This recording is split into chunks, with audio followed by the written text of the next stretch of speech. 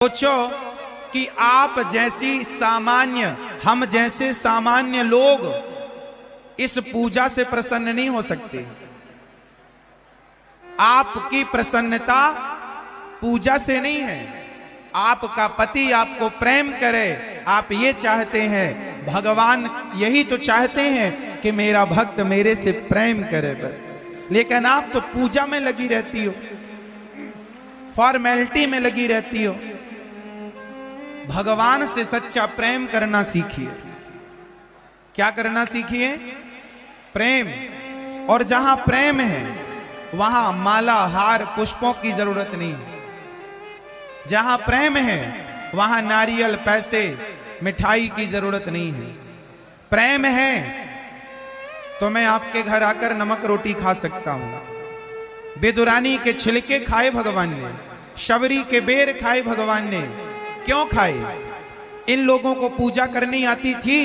इन लोगों को, शबरी को, बेदुरानी को, केवट को, इनको पूजा करनी नहीं आती थी। इनको तो राम से प्रेम करना आता था बस।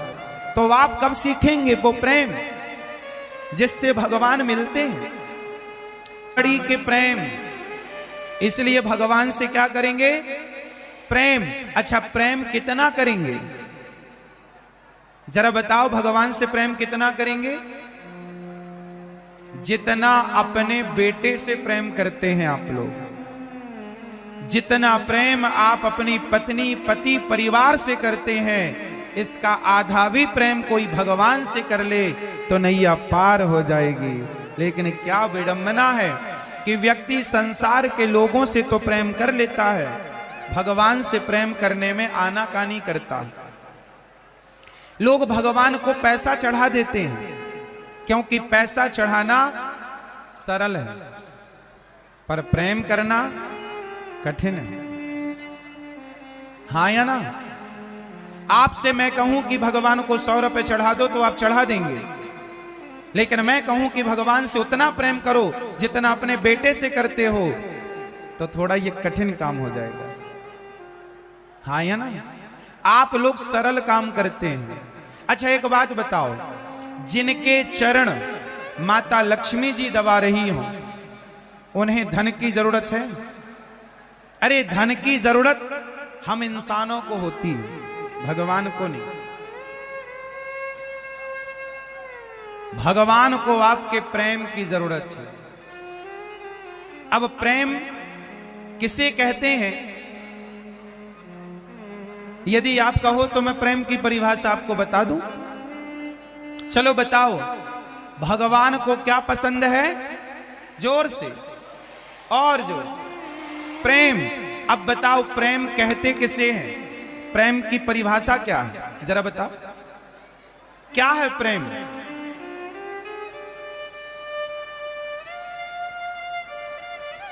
क्या है प्रेम?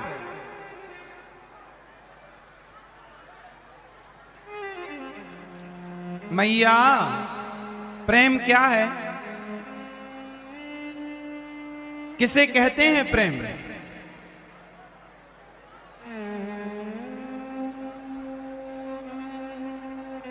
आजकल जो लड़का, जो लड़की स्कूलों में, कॉलेजों में जो प्रेम करते हैं, क्या वो प्रेम है? लेकर के भाग जाते हैं एक दूसरे को, कहते हैं कि हम प्यार करते हैं। क्या इसका नाम प्रेम है? प्यार है? बोलो हाँ या ना, जोर से। एक लड़की ने एक लड़के से प्यार किया, वो लड़का लड़की एक साथ रहने लग गए। बड़े शहर की घटना है। दोनों पति पत्नी की तरह रहने लगे। तो लड़की ने कहा कि चलो अब अपन शादी कर लेते हैं। तो लड़के ने कहा हम शादी नहीं कर सकते तुम्हारे संग। अरे तो तुम तो हमारे संग पति की तरह रह रहे हो, हमारे शरीर का शोषण कर रहे हो। जब प्रेम किया, और उसने भी शुरू में क्या कहा कि हम तुम्हें प्रेम करते हैं, तब तो बात आगे बढ़ी। लेकिन परिणाम क्या हुआ? जिसे आप प्रेम कहती हो मेरी बहनों, जिसे आप प्रेम कहते हो वो प्रेम नहीं, वासना है। क्या है? सिर्फ वासना, सिर्फ हवस पूरी करनी है व्यक्ति को, और आप इस वासना के चक्कर में उलझ जाती हो। आज के पढ़े लिखे लड़के, पढ़ी लिखी लड़कियां, कुछ लोग, कुछ लड़के, कुछ लड़कियां अपनी वासनाओं को प्रेम का मुखौटा पहना देते हैं, प्रेम का पर्दा डालने की कोशिश करते हैं ताकि हमारी वासना प्रेम जैसी नजर आए। तुम्हारा स्कूल का, कॉलेज का जो प्रेम है वो प्रेम नहीं है, सिर्फ शरीर का आकर्षण है, जवानी का एक रिएक्शन है ये जो होता है। इसलिए संस्कार चाहिए होते हैं। इसलिए आप अपनी पढ़ाई के समय पढ़ाई करो और विवाह करने के बाद अपने शरीर को किसी, जब शादी होती है ना तो स्त्री के शरीर को उसका पति टच करता है, स्पर्श करता है। यदि तुम्हारे शरीर को किसी पर पुरुष ने स्पर्श कर लिया तो किसी के शरीर को कोई भी स्पर्श कर रहा हो तो उस स्त्री को वैश्या कहा जाता है। यदि तुम्हारे शरीर को कोई भी टच कर ले, कोई भी आके तुम्हारे शरीर को टच करके चला जाए तो ये लक्षण पतिव्रता नारी के नहीं हो सकते, ये तो कोई वैश्या के काम है। तो तुम पढ़ने गई हो अपना चरित्र बिगाड़ने नहीं। इसलिए शिक्षा जितनी जरूरी है उस शिक्षा से कहीं ज्यादा जरूरी आपका कैरेक्टर है, आपका चरित्र है। वो शिक्षा किस काम की? जिस शिक्षा में आपने अपने चरित्र को बिगाड़ लिया। इसलिए आपका चरित्र आपकी सबसे बड़ी संपत्ति है। घास की झोपड़ी में गुजारा हो सकता है, लेकिन चरित्रहीन स्त्री यदि सोने के महलों में रहती हो और चरित्रवान स्त्री घास की झोपड़ी में रहती हो तो बताओ आप लोगों के हिसाब से बड़ी कौन हुई? घास में रहने वाली स्त्री यदि पतिव्रता है तो वो भले घास की झोपड़ी में रहती है लेकिन वो सबसे बड़ी है, और वैश्या महलों में भी रहती हो तो वैश्या ही तो है। इसलिए कीमत सोना और चांदी की नहीं है मेरी मां। सोने की दीवार तुम्हारी घर में क्यों ना हो, लेकिन तुम्हारा चरित्र अच्छा नहीं है तो क्या करेगा? जोर से, क्या जोर से नहीं बोलना आ रहा है? क्या कीमती है चरित्र? हमारा देश वो देश है जहां चरित्र सुने जाते हैं और चरित्र गाए जाते हैं। राम का क्या सुना जाता है, क्या गाया जाता है? रामचरित्र मानस, राम का चरित्र कहा जाता है और राम का चरित्र सुना जाता है। हमारे यहां पूजा किसकी है? रावण तो सोने की लंका में रहता था, राम घास की झोपड़ी में 14 साल रहे, लेकिन पूजा रावण की नहीं होती। पूजा क्योंकि रावण चरित्रहीन था और राम, जोर से अरे बोलो मेरी मां, राम चरित्रवान थे। राम कैसे थे? चरित्रवान, और रावण चरित्रहीन। पूजा किसकी? क्यों? क्योंकि पूजा राम की नहीं, राम के चरित्र की पूजा है। हमारे यहां चरित्र पूज्य है। रामचरित्र सुनवे कौन रसिया, रामचरित्र सुनवा। कोई तुमसे कहे कि मैं तुमसे प्यार करता हूं तो पलट कर जरूर जवाब देना कि तुम्हारे प्यार की तुम्हारे माँ बाप को बहुत जरूरत है। पहले अपने माँ बाप से प्यार कर लो। हम यहां पढ़ने आए हैं, प्यार व्यार करने नहीं आए। इसलिए प्यार के नाम पर आज कुछ लड़कियों को ठग लिया जाता है, कुछ लड़के उन्हें अपना शिकार बना लेते हैं, प्यार के नाम का शोषण करते हैं, शादी का झांसा दे दे करके उनके शरीर का शोषण करते हैं। क्यों ऐसा होने देती हो आप? इसलिए जागरूक, आपकी जागरूकता जरूरी है, जागरूक हो जाइएगा।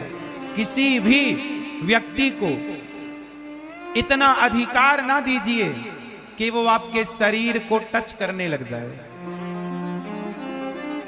आज वो आपके हाथ को टच करेगा, कल आपके कंधे को टच करेगा, फिर शरीर के किसी भी अंग को टच कर सकता है। इतना अधिकार देते क्यों हैं? कई बार आपके मजाक के नाम पर आपके शरीर को कुछ लोग टच कर लेते हैं, कारण जो माँ बाप का विश्वास तोड़ देती हैं। तब एक मछली पूरे तालाब को गंदा कर देती है, उसी तरह एक लड़की जब गलत निर्णय लेती है तो और सारे माँ बाप भी अपनी बेटियों को उसी नजर से देखने लगते हैं कि कहीं मेरी बेटी भी तो नहीं मुझे धोखा दे देगी। इसलिए कुछ माँ बाप अपनी बेटियों को पढ़ाते नहीं। इसलिए ये जिम्मेदारी हर बेटी की है, हर भारत की बेटी की, कि यदि माँ बाप ने आप पर विश्वास किया है तो प्राण चले जाएं तुम्हारे, पर माँ बाप के विश्वास को मत जाने देना। माँ बाप के विश्वास की रक्षा करना ये बेटी का धर्म है या नहीं? जोर से। यदि माँ बाप का धर्म है बेटियों को पढ़ाना, तो बेटियों का भी धर्म है कि वो अपने माँ बाप के विश्वास की रक्षा करें। बताओ ये बात सही है या गलत है? माँ बाप के विश्वास की रक्षा कौन करेगा? बेटा करेगा, बेटी करेगी। तुम ऐसा कोई गलत काम ना करना कि तुम्हारे माँ बाप को शर्म से सिर झुकाकर चलना पड़े। कुछ ऐसा पढ़ लिख जाना मेरी बहनों, कुछ ऐसा कर दिखाना कि आपके माँ बाप गर्व कर सकें कि ये मेरी बेटी है, ये मेरा बेटा है। प्यार व्यार के चक्कर में ना पड़ना। हाँ, प्यार वफा सब बातें हैं, बातों का क्या।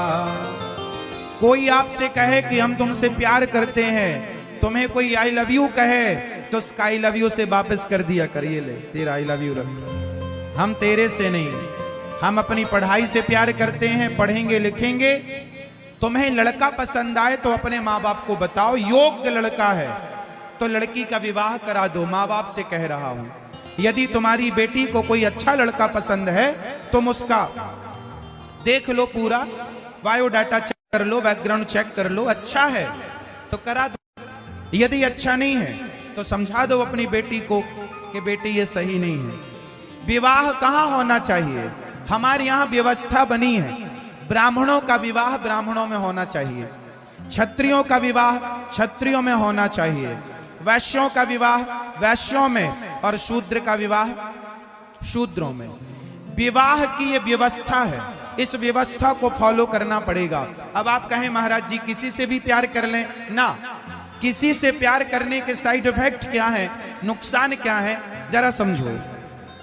ब्राह्मण एक विचारधारा है, क्षत्रिय एक विचारधारा है।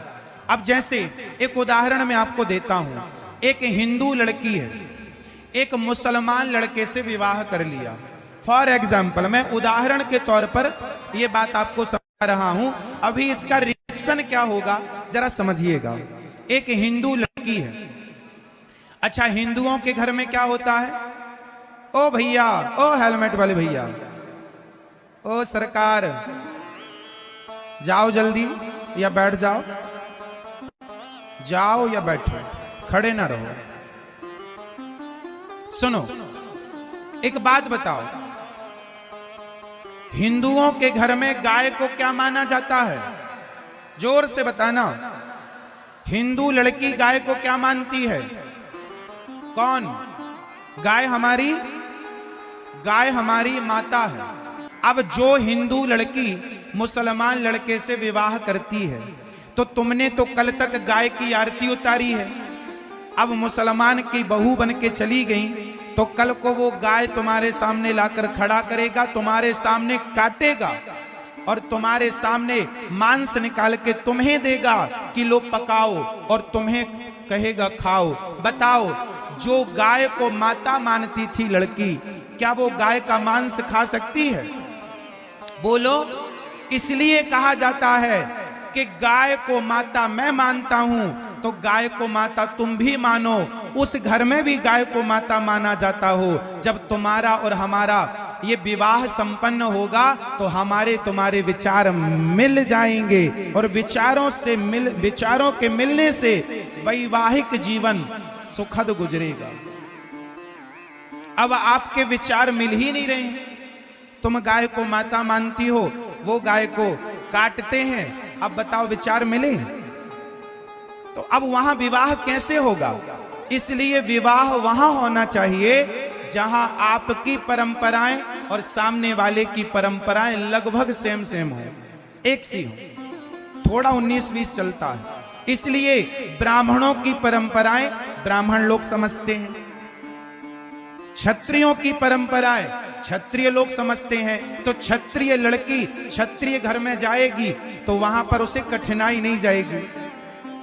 वैश्य की लड़की वैश्य के घर जाएगी, कठिनाई नहीं जाएगी। शूद्र की लड़की शूद्र के घर जाएगी। हिंदुओं की लड़कियां हिंदुओं के घर जाएंगी। अब हिंदुओं की लड़की मुसलमान के घर जाए तो भैया कितनी कठिनाई आएगी।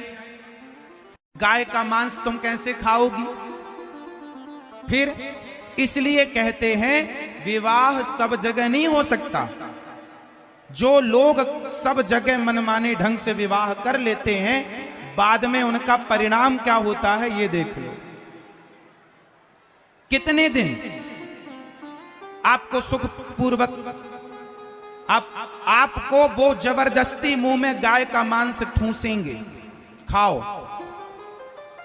इसलिए कुछ लोग तो ऐसे हैं जो लड़कियों से विवाह करते हैं, हिंदू लड़कियों से, और दूसरे देशों में जाकर 2, 5, 10, 20 लाख में वो लड़कियां बेच करके आ जाते हैं। उनका धंधा है, आज तुम्हें फंसाया, कल दूसरे को फंसाएंगे, तीसरे को फंसाएंगे। इसी को कहते हैं लव जिहाद। इसी का नाम है तुमसे प्यार किया, तुम तो भोली हो, तुम्हें लगा नहीं सारे लड़के ऐसे नहीं होते। नहीं जी, लगभग सारे ऐसे। क्यों तुम्हें किसी से विवाह करना है? जहां मां बाप कहें वहां कर लो, क्या बुराई है? तुम्हें कल को बेच देंगे, कौन जिम्मेदार होगा? जिस देश में तुम्हें बेचा जाएगा, आज भी दुबई, अमेरिका, जापान, लंदन, इन देशों में भारत की तमाम वो लड़कियां हैं जो शादी के बहाने से कुछ लोग उन्हें बेचकर आ गए, और आज भी वो बर्तन धुल रही हैं और उनके शरीर का शोषण हो रहा है। वैश्याओं की तरह उन्हें वहां रखा जाता है। नुकसान तुम्हारा, चक्कर में ना पड़ना। वो लड़की जिस लड़की के 35 टुकड़े हो गए, उस लड़की ने भी तो प्यार ही किया था ना। इसलिए किसी से भी किया गया प्यार सही नहीं है। हमारे यहां विवाह के पहले कुटुंब, खानदान देखा जाता है कि तुम्हारे बाप दादे क्या करते थे, हमारी लड़की के लिए ये घर सही रहेगा कि नहीं। माँ बाप पूरा लड़के का बैकग्राउंड चेक करते हैं ताकि हमारी बेटी के साथ धोखा ना हो जाए।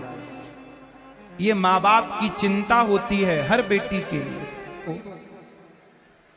भगवान द्वारिका गए, जहां भगवान का विवाह माता रुक्मणी जी से संपन्न हुआ और उनके पुत्र हुए श्री प्रद्युम्न जी। सम्रासुर ने हरण किया, प्रद्युम्न जी ने सम्रासुर को मारा, रति से विवाह किया। भगवान का दूसरा विवाह हुआ दूसरा विवाह जाम्बवती से। किससे विवाह हुआ? जाम्बवती से। तीसरा विवाह भगवान का सत्यभामा से। चौथा विवाह भगवान का कालिंदी यमुना से। पांचवा उज्जैन में मित्रविंदा से। छठवां सत्या से। सातवां भद्रा से। आठवां लक्ष्मणा से। भामासुर नाम का एक दैत्य था, उसने 16,100 कन्याओं को बंदी बना रखा था।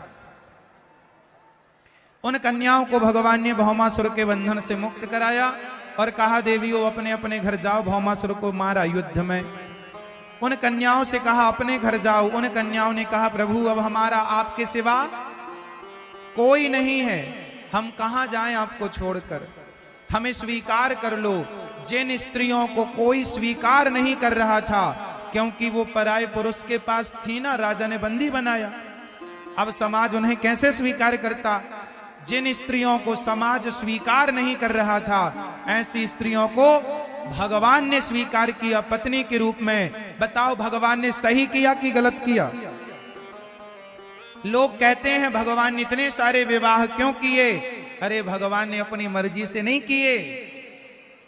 समाज में जिन नारियों के साथ अत्याचार हो रहा था, जिन्हें कोई पत्नी के रूप में स्वीकार नहीं कर रहा था, जो मरने के लिए मजबूर थी, ऐसी स्त्रियों के साथ विवाह करके भगवान ने उनका सम्मान बढ़ाया, आदर बढ़ाया है। 16 भगवान के टोटल विवाह हो गए 16,000। भगवान के कितने विवाह हुए भगवान कृष्ण के? बताओ जरा जोर से। 16,000। भगवान के कितने विवाह हुए?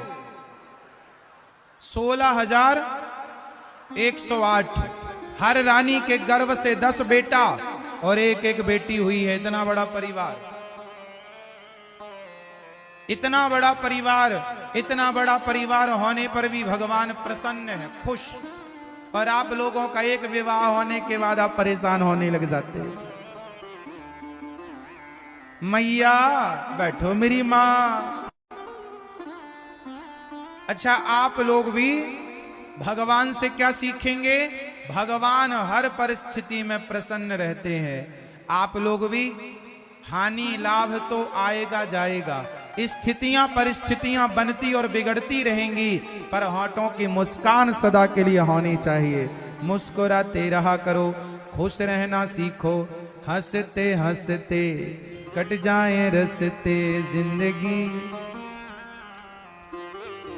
तो आप लोगों की जिंदगी यूं ही चलती रहे, यही प्रार्थना है। मैया एक बार हंस के दिखाओ मेरी मां। आपने मंजन किया है आज सवेरे की नहीं? जरा दांत दिखाओ। हाँ किया है मैया ने, दातून की है नीम वाली। दातून। वैसे पुराने जमाने का जो व्यवस्थाएं थी गलत नहीं, दातून ज्यादा अच्छी होती है। जो आज का पेस्ट मंजन इत्यादि जो ब्रश इत्यादि है उससे कहीं बेहतर नीम की दातून होती है। नीम की दातून जानते हैं? हम तो गांव में खूब करते थे। दांत स्वस्थ रहते हैं नीम की दातून से, पेट भी स्वस्थ रहता है। उसका कड़वापन जब अंदर जाता है तो बैड बैक्टीरिया मरते हैं। नीम की दातून आज भी गांव में नीम की दातून, बबूल की दातून और कंजी की दातून। कंजी जानते हैं? पेड़ का नाम होता। उसकी दातून करने से ऐसा लगता है पूरे मुंह में तेल लग गया हो, वह तेली होता है वो। तो ये दातूनें पहले सब लोग करते थे। तो आप लोगों ने दातून की है ना, इसलिए मुस्कुराया करो मेरी माँ। आप सबसे ज्यादा सुंदर कब लगती हो मेरी माँ? आप कितना भी मेकअप कर लो, पर आपके मेकअप से आप सुंदर नहीं, आपकी नेचुरल मुस्कान आपको सुंदर बनाती है। आपकी नेचुरल मुस्कान आपकी ब्यूटी है। इसलिए जरा मुस्कुराया करो। हर हाल में कैसे रहेंगे मेरी माँ? प्रसन्न रहेंगे। मैया हंसो मेरी माँ।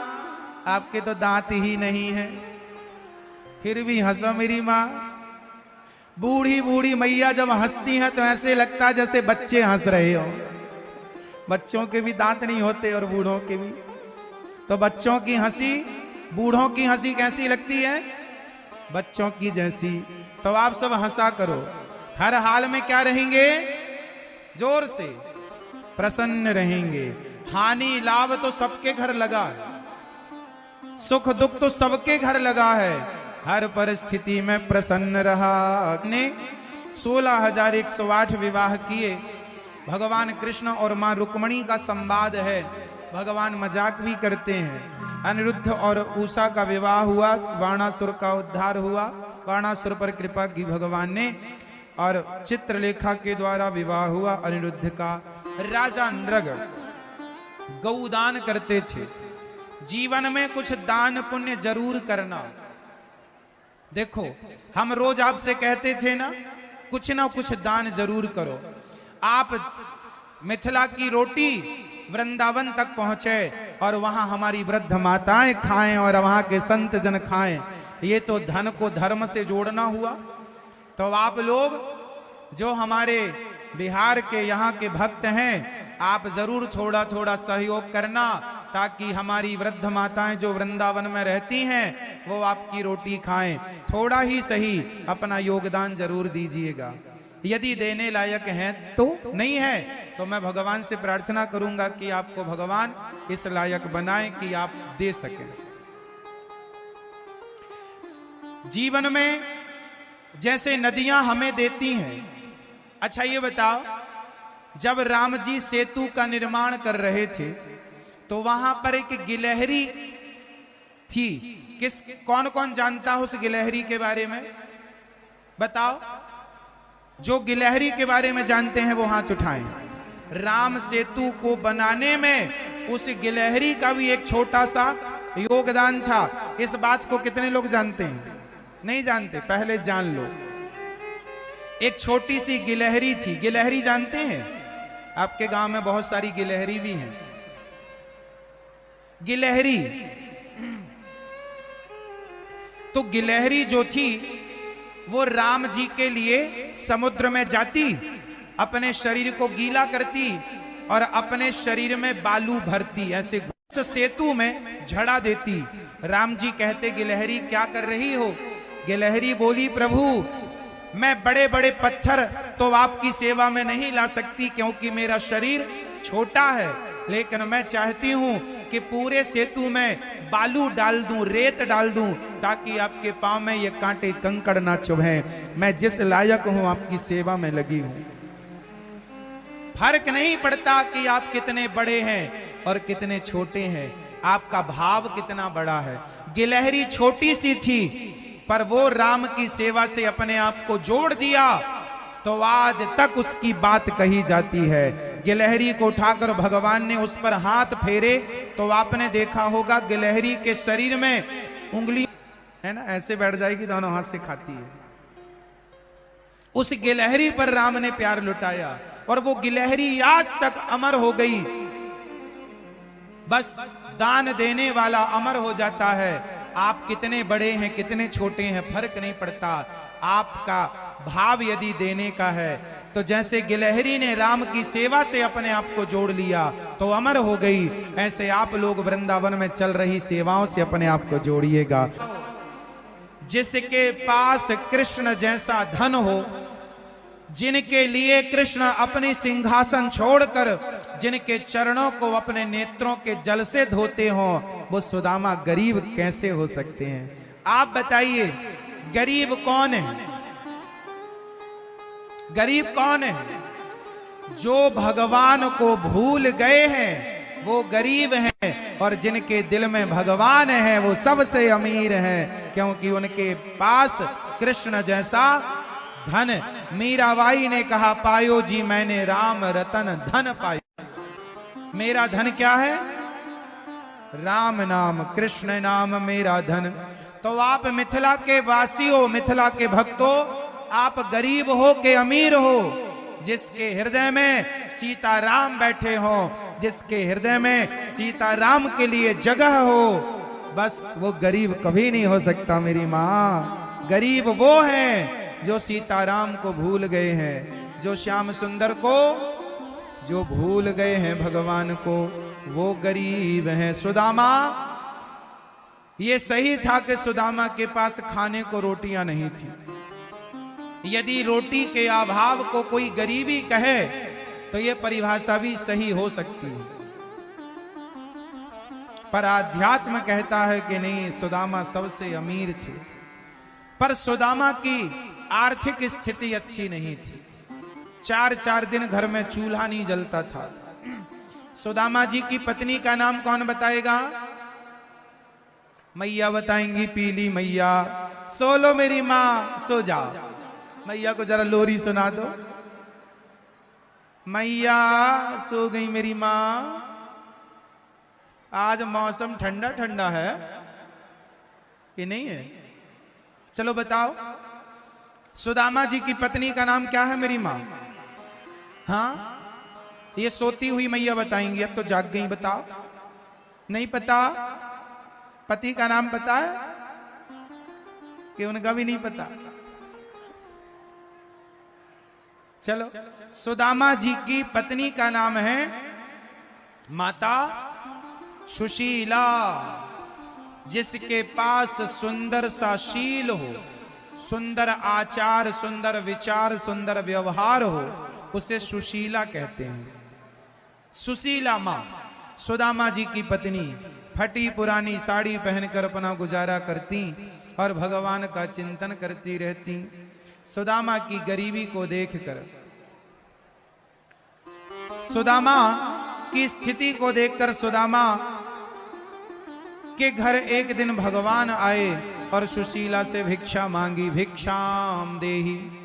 सुशीला बोली, महाराज हम तो गरीब हैं, आपको देने के लिए हमारे पास कुछ नहीं है। हमारे घर में गरीबी ने जन्म लिया है।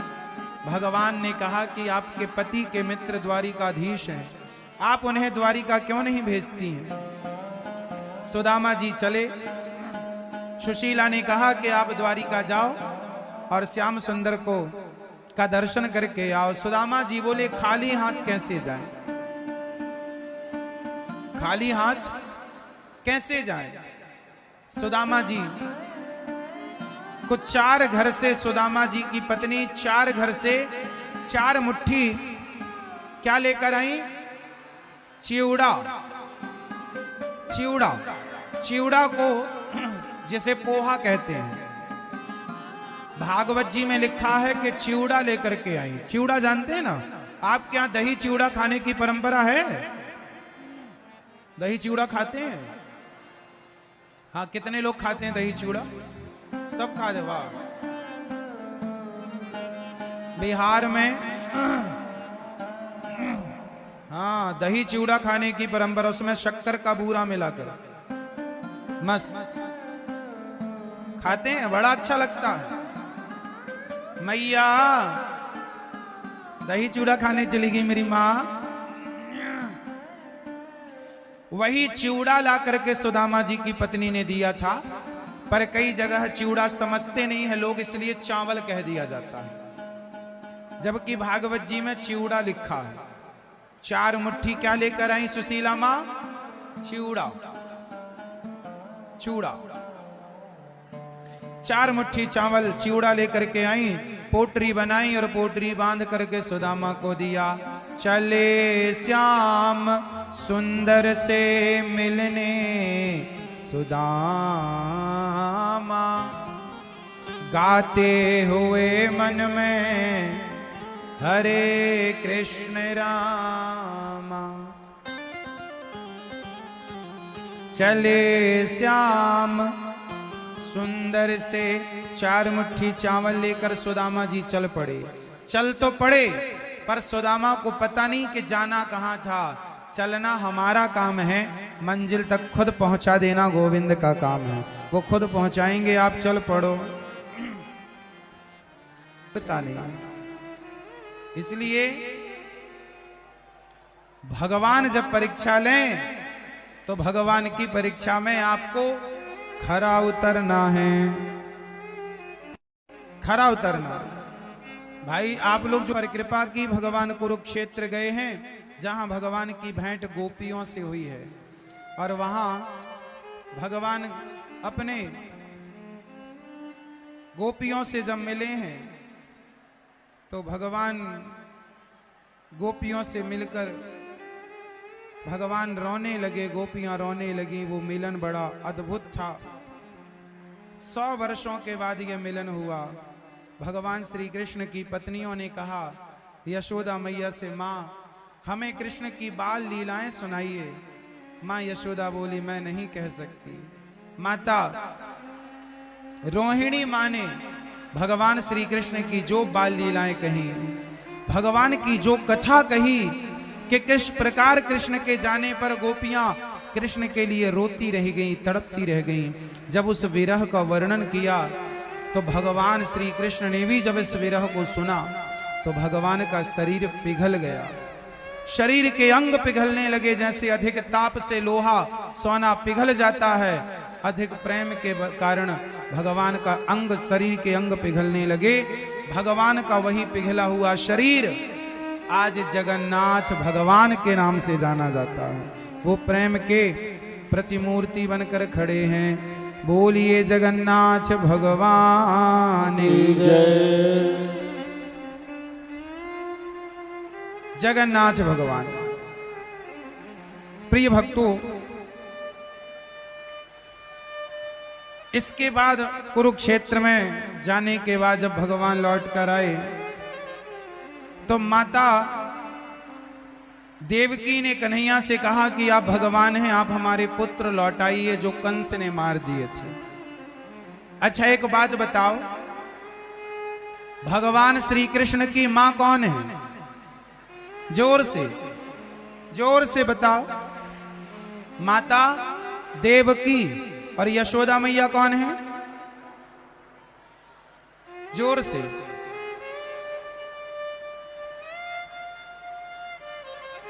मैया, यशोदा मैया कौन है? हाँ, मौसी। अच्छा चलो, अच्छा बता दिया, वरना हमें तो पता ही नहीं था कि मौसी है।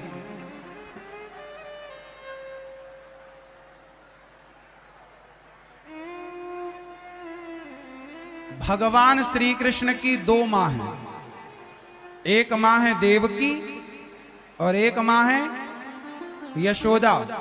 अच्छा, इन दोनों मां में श्रेष्ठ मां कौन सी? आप ज्यादा नंबर किसे देंगे, यशोदा मां को या देवकी मां को?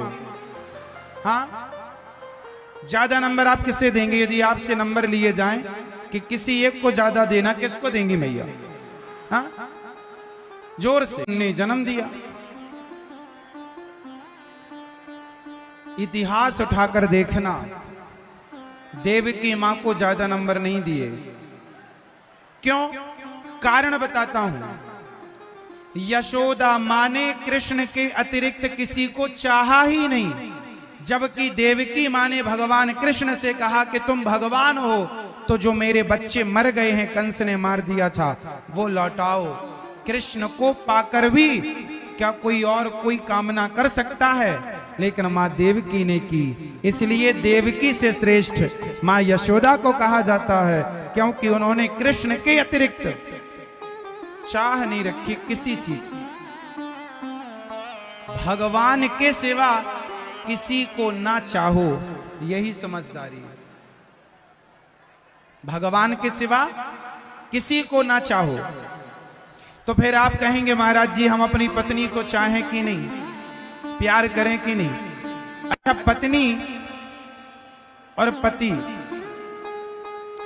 पति और पत्नी एक दूसरे से अच्छा व्यवहार करें। प्यार किससे करना चाहिए?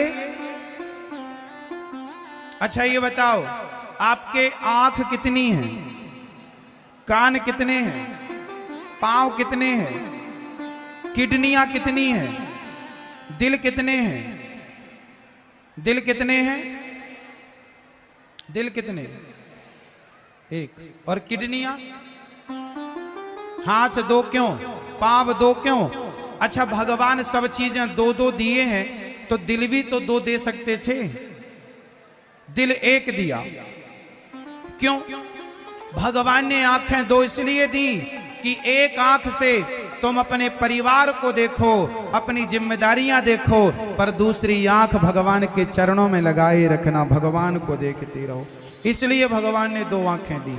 दो कान इसलिए दिए कि एक कान से बेटा बेटी, पति पत्नी की सुनो, बिजनेस व्यापार की सुनो, काम की सुनो, पर दूसरे कान से सदा भगवान की कथा के लिए कान रिजर्व रखना।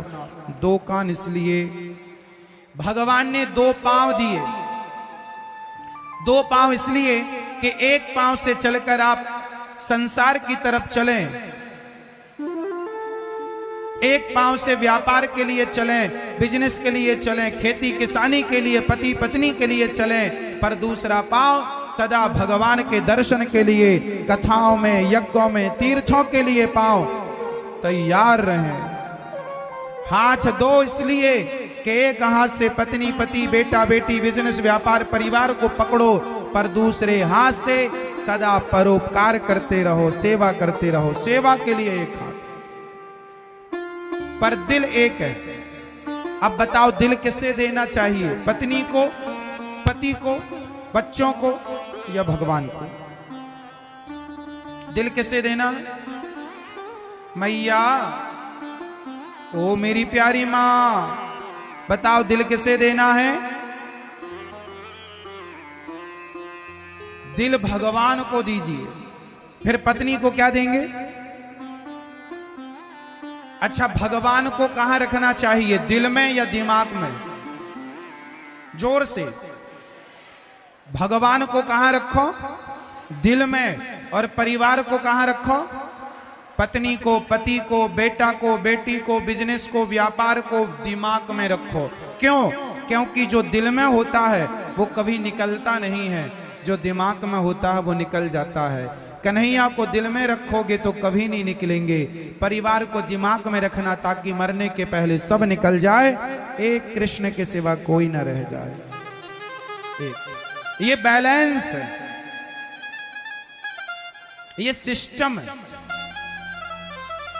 भगवान को दिल में रखो, पत्नी दिमाग में हो, परिवार दिमाग का विषय, इसे दिल में ना बिठाना। और प्यार जगत से नहीं, प्यार तो जगन्नाथ से करना चाहिए। आप अपनी पत्नी से अच्छा व्यवहार करो, आप अपने पति से अच्छा व्यवहार करो। एक काम वाली बाई होती है ना, वो आपके घर का सारा काम करती है, झाड़ू पोंछा बर्तन चौका सब करती है, पर वो प्यार अपने घर में अपने बच्चों से करती है। आपके घर में आएगी, काम करेगी पूरा, पर प्यार नहीं करेगी। आपके बच्चे की मालिश करेगी, पर प्यार वो अपने बच्चे से करेगी। आपके बच्चे की मालिश सेवा पूरी करेगी, पर प्यार अपने बच्चे से करेगी। वही तो सिद्धांत है। जगत में रहो, व्यवहार करो, जिम्मेदारियां पूरी करो। तुम दिल लगाने नहीं आए यहां, यहां तो व्यवहार करने आए हो। दिल लगाना है तो एक भगवान में दिल लगाइएगा, प्यार भगवान से कीजिएगा। संसार से अच्छा व्यवहार, आप अपनी पत्नी से अच्छी बात कीजिए, अच्छे से बोलिए, उसका अच्छे से ख्याल रखिए, वो आपका ख्याल रखे। रिश्तों में अच्छा व्यवहार हो। प्रेम थोड़ा बहुत चलेगा, पर ज्यादा प्रेम, यदि सारा प्रेम पत्नी से करोगे तो भगवान से क्या करोगे? सारा प्रेम पति से करोगे, बच्चों से करोगे तो भगवान के लिए बच्चा क्या है ना? इसलिए भगवान से दिल लगाओ, भगवान को हृदय में रखो, संसार को दिमाग में रखो, ताकि मरते समय इतना इतना तो करना स्वामी, जब प्राण तन से निकले, गोविंद नाम लेकर मेरे प्राण तन से निकले। उस वक्त जल्दी आना, नहीं श्याम भूल जाना, मुरली मधुर बजाना, जब प्राण तन से निकले, इतना तो करना स्वामी।